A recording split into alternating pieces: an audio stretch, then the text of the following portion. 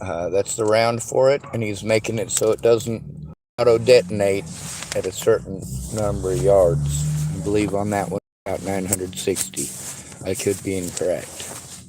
Now, seeing how he's holding it, first of all, the RPG 7, which is what that thing's based on, is a Russian round. Now, that guy is in Ukraine modifying that thing. And if you see how he's holding it, that is totally, well, the way that Americans would probably, if they had never seen one before, believe that it worked. Also, it can work that way.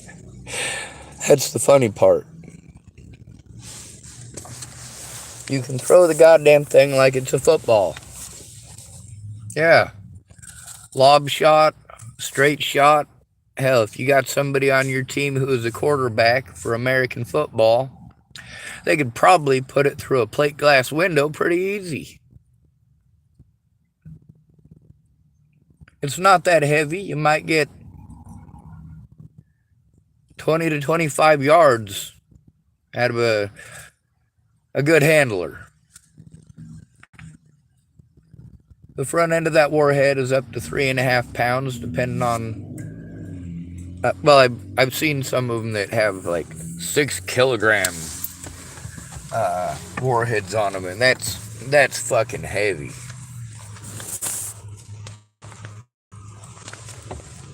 That's real heavy. But this guy in the video, I'll post the link in the description as soon as I end it.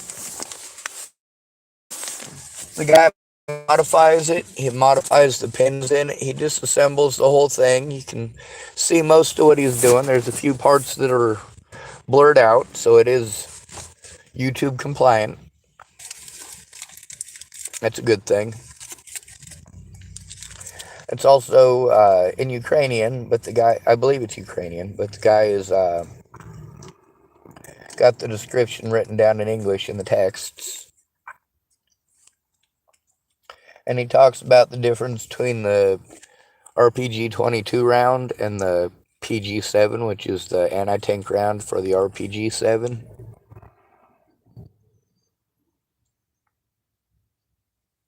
I figured I'd bring it up because it does look very much like a football. I wonder if they have football camp in Ukraine.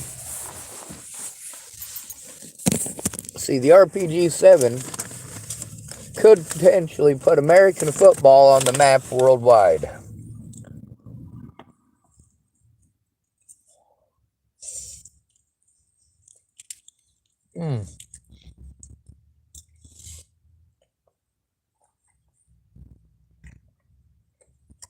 I'm eating a wiener.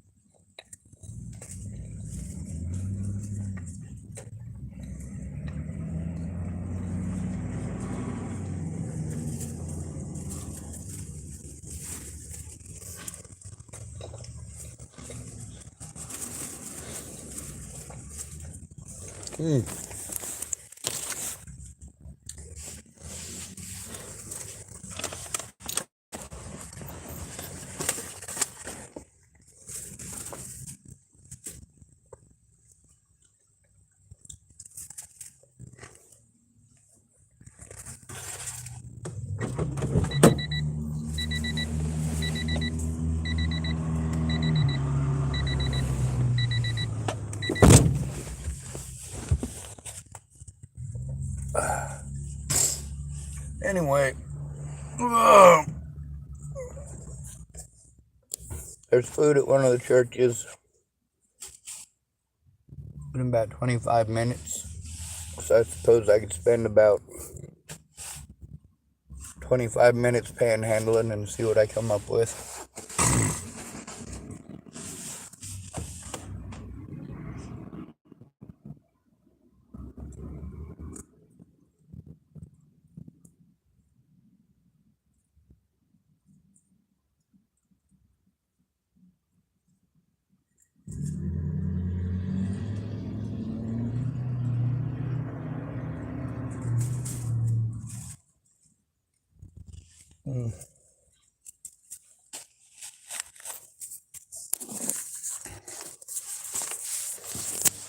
There's a lot of evidence that needed to be looked at in my situation a long time ago. Obviously, I could have been blowing stuff up, destroying stuff, lighting shit on fire. Could have done a lot of really messed up things. Could have. Chose not to. See, it's not my education that makes my decisions for me. Yeah, I know how to blow things up. Whoop-de-doo. Lots of people know how to blow things up. People have been blowing things up for literally thousands of years.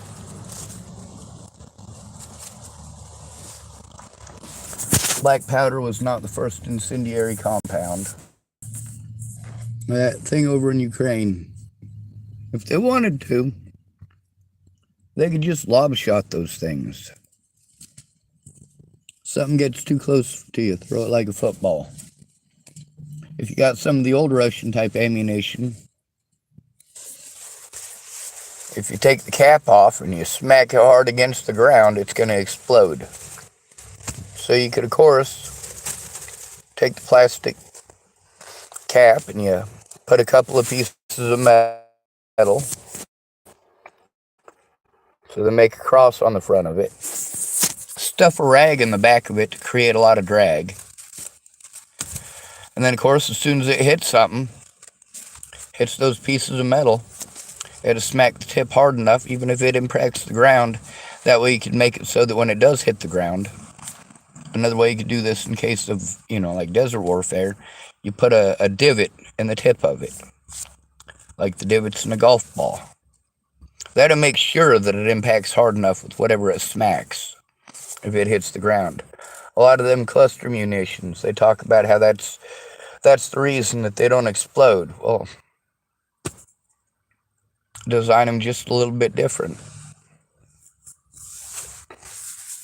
What the Ukrainians want our cluster bombs for, it isn't so they can drop a cluster of these munitions on civilian targets.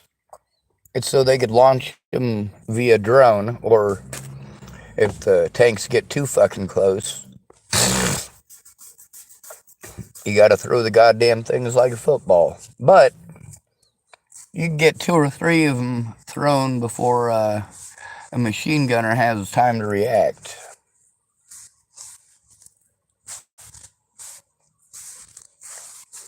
Depending on the angle you're throwing it from.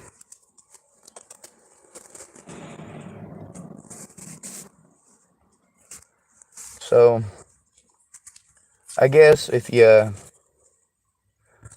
were never good enough for the NFL as a quarterback, you could always go to Ukraine.